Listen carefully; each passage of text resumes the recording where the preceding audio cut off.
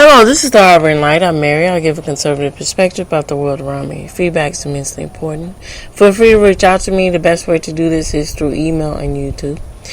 I'm on a lot of different platforms, so it won't be hard to find me. All you have to do, when in doubt, just type in the Harboring Light. I'll pop up. And also share, spread the word of mouth to your friends. It would be greatly appreciated. Okay, on to the topic of choice here. As I said on Monday, I'm wrapping up the aspects of mental health for the month of May. And I'm going to give my thoughts on the company BetterHelp. Here we go.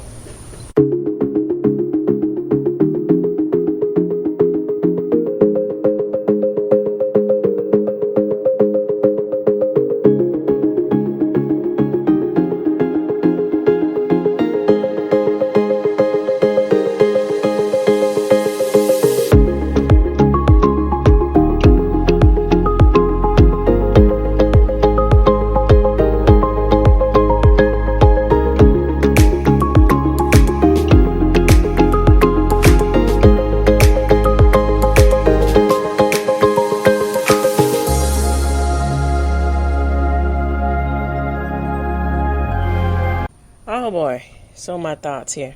And I'm going to just, end on some facts. And then talk about the controversy that is. So, it's always interesting when it comes to the aspects of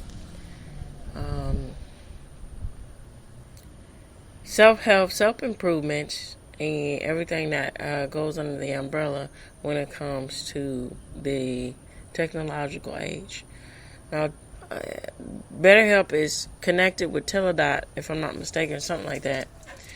And they have people who now they're advertising as licensed physicians or licensed therapists, that is, and you can book appointments and everything.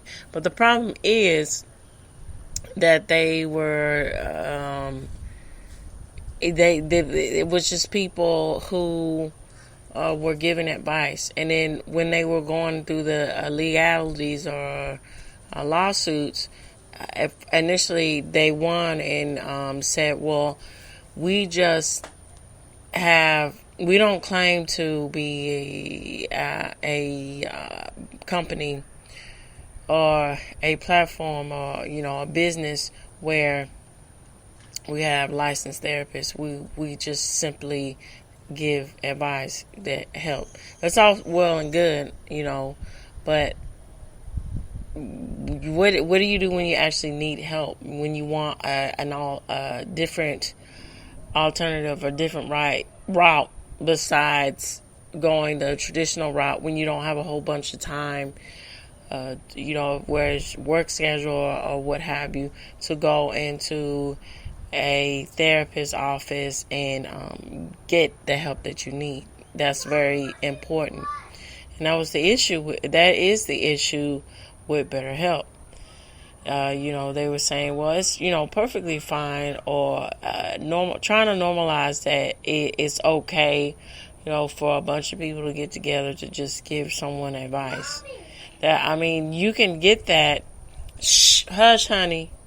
You can get that from friends, really good friends and family, especially family. But when it comes to no, not now. Would you hush? Go play over there, baby. And get off of that, okay? You're making too much noise. Sorry about that, my youngest daughter. I'm gonna let her go on. I'll get back into it. Okay, so the issue is here. I think a really good example of this is the self-help gurus, the Tony Robinsons of the world. And I'll give, a personal example of that. So he is, his fashion is rooted in a certain pop culture decade. It was very pronounced when you get in the 80s, 90s, 2000s, and he has a resurgent now. When he's marketing himself, is saying, didn't I tell you to stop? It's giving a seminar about the fables or the dangers of AI, when simply it's a cop out. It's just a money grab, really, when you think about it, trying to give go right on the bandwagon and give false fear towards something that doesn't really need to be there.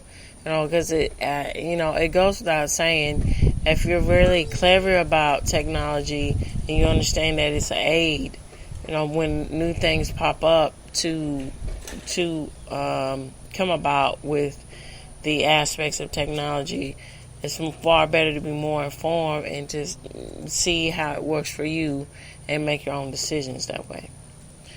And so, when we get into the aspects of having companies like BetterHelp to say, it's fine to just have people sitting around, or to have people, just give you advice. It's just like the placebo effect.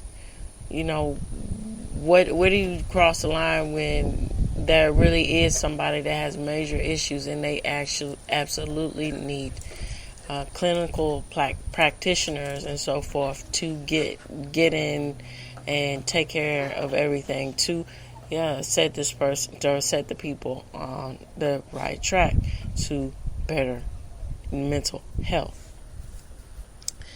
All right, so personal example. So when I was back in college, you know how that is, y'all. People, my listeners here are people who have been to college, so forth, or even, co-workers, whatever. That this isn't just housed into the collegiate life. This is housed in so many different experiences. But I happen to have an experience from a collegiate point of view. Okay, honey.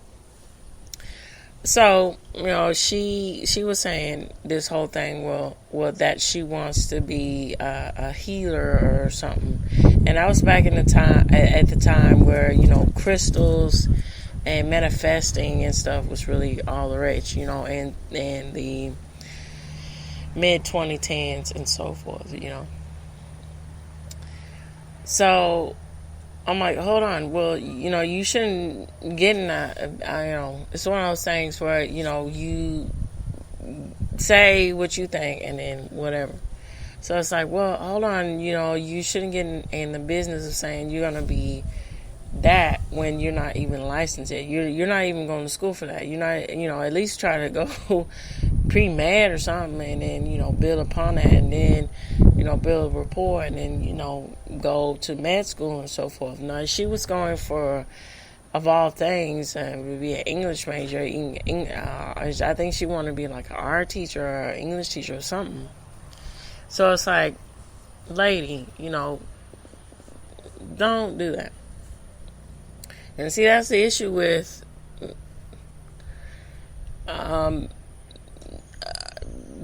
thinking it's fine to have the disposition in society and culture to where I can self-diagnose myself, or I can ignore real issues when they're presented, or everything can be remedied if you just get advice. And it's just like that same mentality, one size doesn't fit all. And that's a lot of issues with, specifically when we get into, and this is kind of relevant, when you get into, education and the aspects of that. Because a lot of times where things fall short is, it's not, most of the times, unfortunately, there's the ones that are phenomenal teachers. They get washed away with the teachers that have that mentality that one size fits all, and the way that their method of teaching works for all the other students, when that's just not the case. For instance, some kids, I learned this, as I mentioned, when I was in middle school, I was diagnosed with, it was understood that I had a form of dyslexia, and luckily enough, I had teachers who were very dedicated and specialized to understand what to do in order to get me out and progress out of it, and I did, luckily, and with their help. And so this is going back. Is this whole thing? Some kinetically learn. Some kids are like that, where you have to touch and feel. Some kids learn where they have to visually see something all the time. Some kids, and also there's entertainment and value with teaching too. Nobody really, in all honesty, wants to have a teacher who, sitting through. I equate this to the Dry Eyes guy, Ben Stein, which, interesting enough, I think he was an economist, and then he turned into the entertainment field. And it's very funny because he was that's a benefit when you are self-actualized and you are self-aware and you know what works and you know what doesn't. And he used that to his advantage to make a entertainment career for himself, because he knew that was something really new and unique to utilize that and to, being drive and mundane for his own success. So anyway, there's that. So I don't know. I have a lot of problems with that. So here's my conservative perspective, and here's my all of that into it now. Now, typically, someone who is a conservative, especially like myself, now, not one side doesn't fit all two when it comes to conservative views, because oddly enough, out there, wink, wink. We're all different. Even though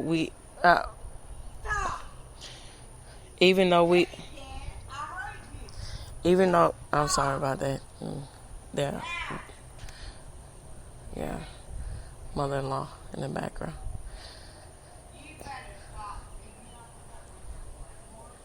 Mother-in-law. Yes, can't hear him in the background. It's funny, but anyhow, there's very degrees into even if we all have the same have the concise viewpoint of how we live our lives. So I'm saying from my perspective as a conservative person, it's far better, and which is you see the case 9 times out of 10. Generically, the reason why it's far better to have more of a conservative point of view towards things is because you live in, and you everything is concise and centered around being grounded or well balanced, and to rationalize things instead of just heavily centering your focus or your actions towards emotions. Okay, so that's where I think it falls with the aspects of having companies like this. When you see other companies like that, when it comes to different facets of what's in the marketplace here for products, when you should always be leery of companies that focus in on the emotional part of something without having the grounded results or proof of how effective what they're doing is, whether it be a product or whether it be a service. And so, I think that's what should be reminded and thought about when it comes to the issues with BetterHelp.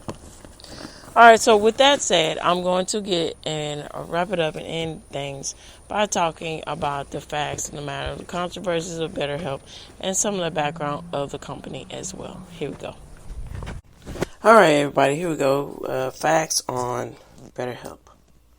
All right, so this is the AI-generated response. So, as I said, you take this with a grain of salt.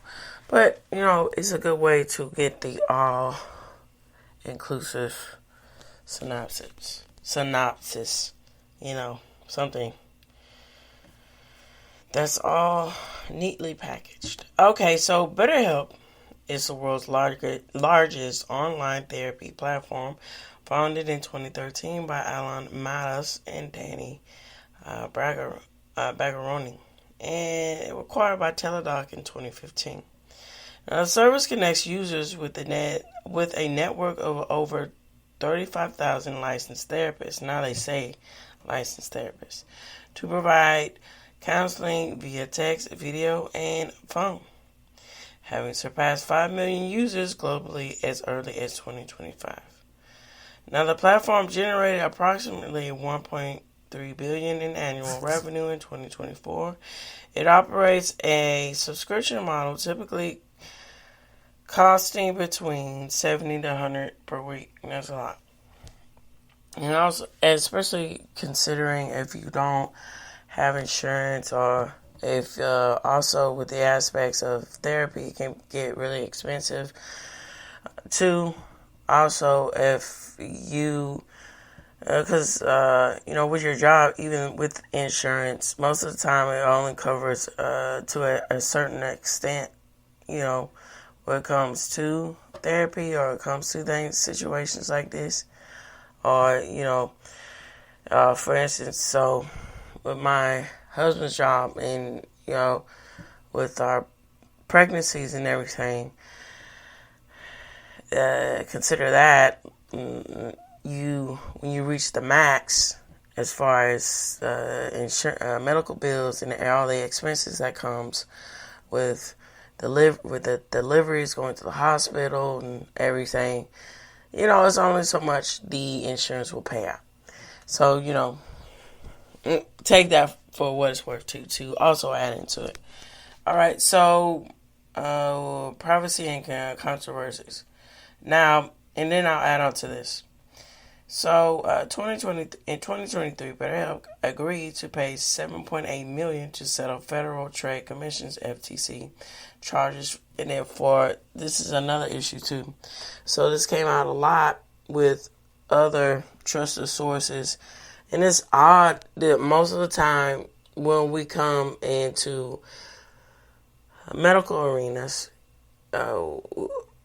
when it comes to very sensitive data, most of the time the medical industry is hit pretty severely. So why do you think that? Why would that be? This is my opinion. The aspects of how the process goes with paperwork and I guess you can see that, at screening with this whole thing, put your social here, do this, do that, and especially when it comes to the electronic versions of, new patient check-ins and everything. It's one of those things where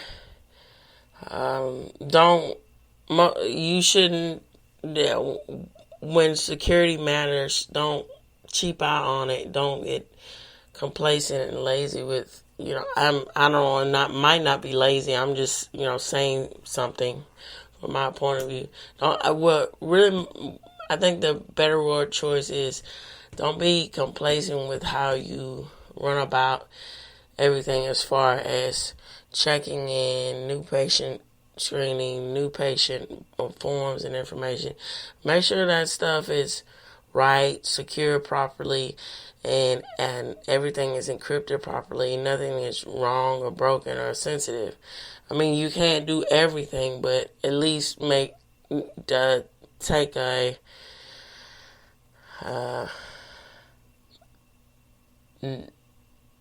big effort into it, a marathon effort into making sure all that stuff is all where it needs to be. All right, so the sensitive mental health data with third parties like Facebook, that's the whole thing. It says Facebook, Snapchat, and advertising purposes. Look, it's okay. It's well known that Facebook might Alienberg is someone that has no issues with leaking out data or selling your data just so you can use the platform. You know, even though Facebook is free, it's not free when you consider the aspects of your data and the protection of your data. And for them to say, oh, well, you know, we're just trying to be with the times. And no, when it comes to serious issues, especially when it comes to issues like mental health, you and your business need to stay away from. Just don't do that. No, don't. Okay, so just don't do it. So the FTC settlement prohibited the company from sharing consumer health and data and required refunds to affected customers. Critics have also raised concerns regarding therapist quality, refund difficulties in the use of the influencer marketing. Though the company maintains that its therapists are vetted and licensed. I'm sorry about that, folks. So let me add on to that. I'll be right back.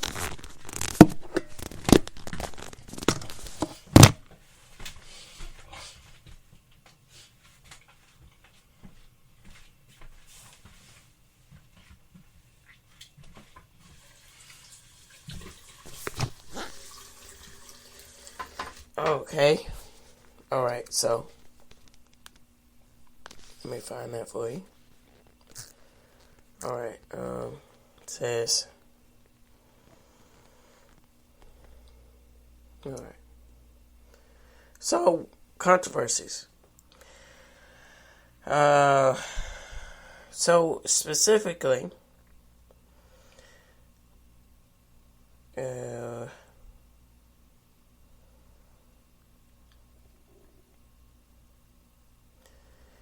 it's all about this, two things. The data sharing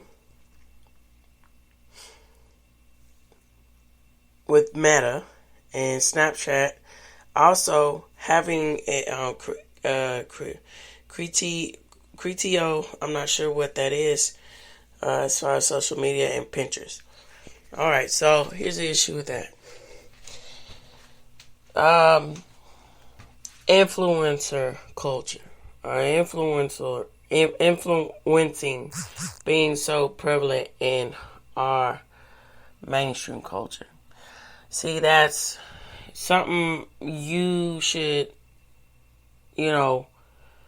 not, you should not have that included into your business model. Because, it's one thing to have that for as entertainment purposes, but I think it's just getting out of control because, as far as it being accepted as something that is prominent or taken serious as into a business model, when we get to this route, when we're talking about a company like BetterHelp.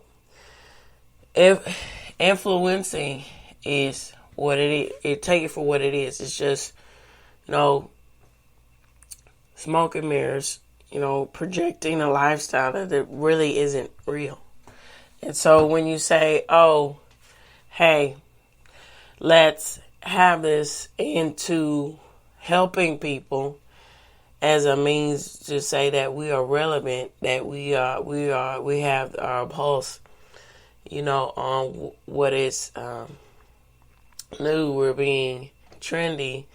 I don't know if you're really having you're putting your best foot forward in the aspects of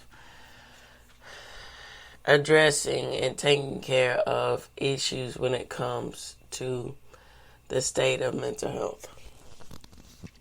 Also, the issues here with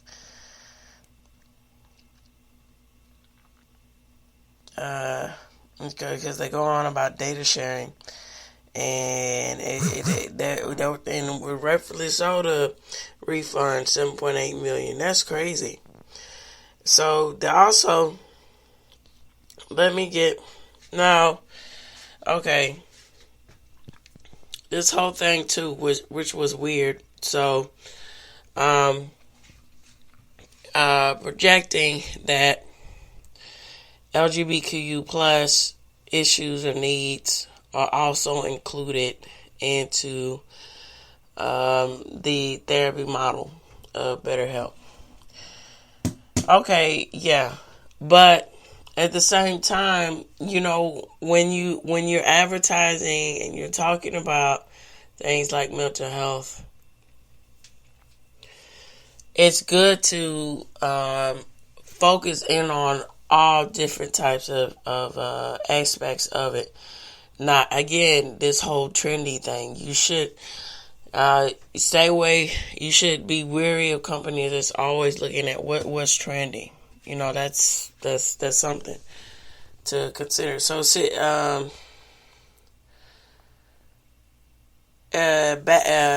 see what this is saying about the bad algorithm matching leading to unhelpful therapy sessions. So when an algorithm is said about the algorithm in a therapist, so Wall Street Journal was highlighting this issue in an article in 2023 regarding Caleb Hill, who sought therapy through BetterHelp after getting kicked out of his family's home. All right, so it said that Hill has screenshots when he explicitly requested therapists who specializes in LGBTQ concerns, but instead he was matched with someone who, according to, that's the issue too with to add on to this about, which is good for them to address, and I appreciate that because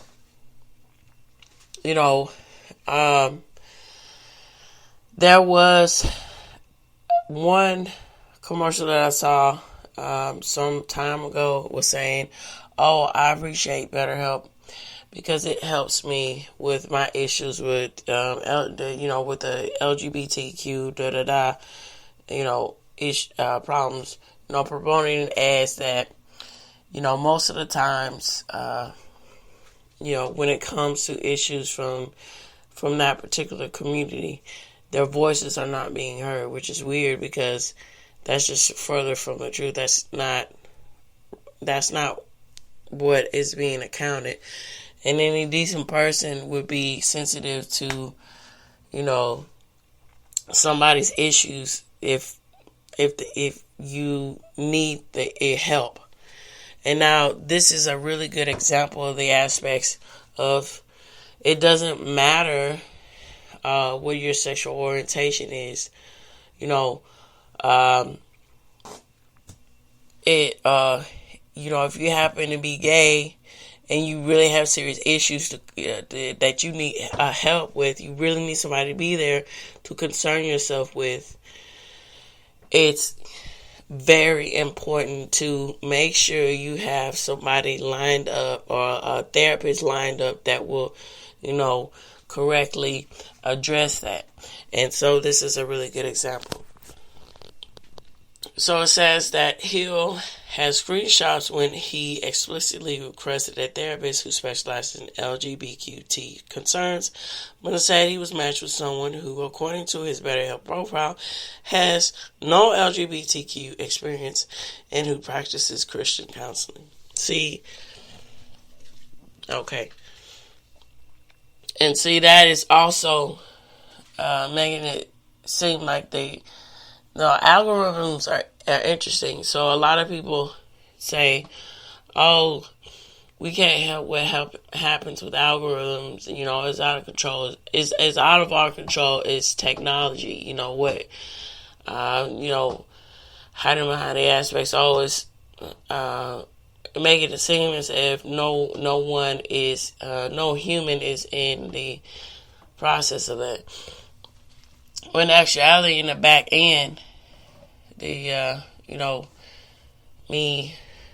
I'm for what the little bit that I understand about it.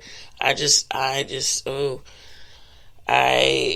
I can't stress enough how much I am interested in. I value technology. Anyhow, with coding and setting up the process of the message of the algorithm to be delivered out, people, a team that are behind that. So there's somebody at the end of it. But see, again, when you have your own preconceived biases, you're going to be like, it's going to be like, the algorithm is going to be complacent and screw up stuff where it doesn't need to be screwed up, because the person who built up the code or whatever was placed there wasn't caring enough or due diligent enough, whatever the reason might be, to accurately make sure the algorithm is placing the information where it needs to be. So a situation like this wouldn't have happened. That's something to consider here. All right, so, and then, also, BetterHelp doing this response where corporate response to would say, oh, we're sorry, but not sorry. And that's kind of what's going on here with the, and it's saying, oh, it's, we always make sure we, have the high quality care, we vet things and all that. Okay. And then if y'all want to read in detail, go ahead. I'll have the source link for you. Okay, so here's what I think.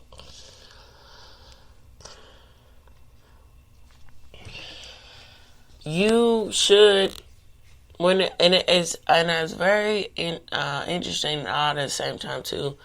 You should, when it comes to mental health, to very much, it really calls for rationality to be very present in all the processes of having the therapy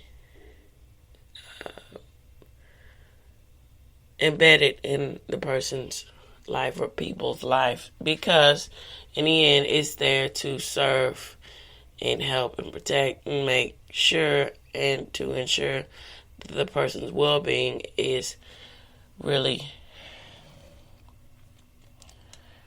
working. They're really moving towards somewhere. And so when you have companies that, in all honesty, don't value that, that really says a lot about what does addressing the issues of mental health in this day and age actually mean. And that's why it's very important to call and look at things for what it is, and to make sure that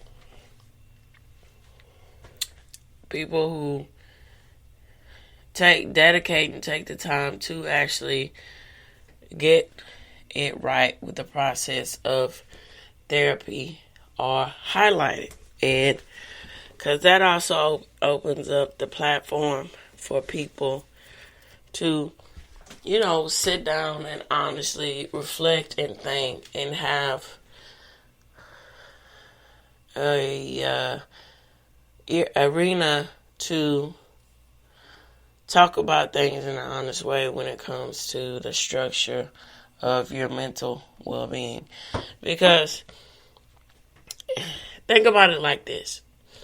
Now, it's one thing which is very important to have your overall health, the taking care of yourself, making sure you have a healthy body, healthy relationships. You are in a position financially, you're healthy. Yeah, that is all very, very sound and very much needed. But if you're not there mentally, if that's just not intact, all of that's for naught, because it's the fetus of the purpose, because you don't your capability of value towards the overall purpose and the reasons of making sure you're healthy physically, making sure you're healthy socially, financially. It's not understood because you're off mentally. You're not there mentally. That's not being helped. And that's what needs to be understood. And also what needs to be understood too, as I said on Monday. Now,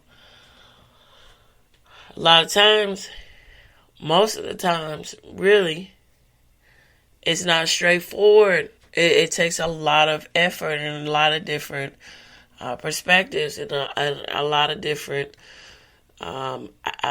outlets to address mental health issues. Because a lot of times it's not, you need an expert from the neurological field sometimes. Because maybe it's brain chemistry that is off. Let's look at that. Or, you gotta look back and see your family's history of it. It's a lot of stuff that needs to be considered when we think about it. So that's one, honest opinion about the issues with BetterHelp. My whole point of getting at it, and I end it right here, is, it's far better to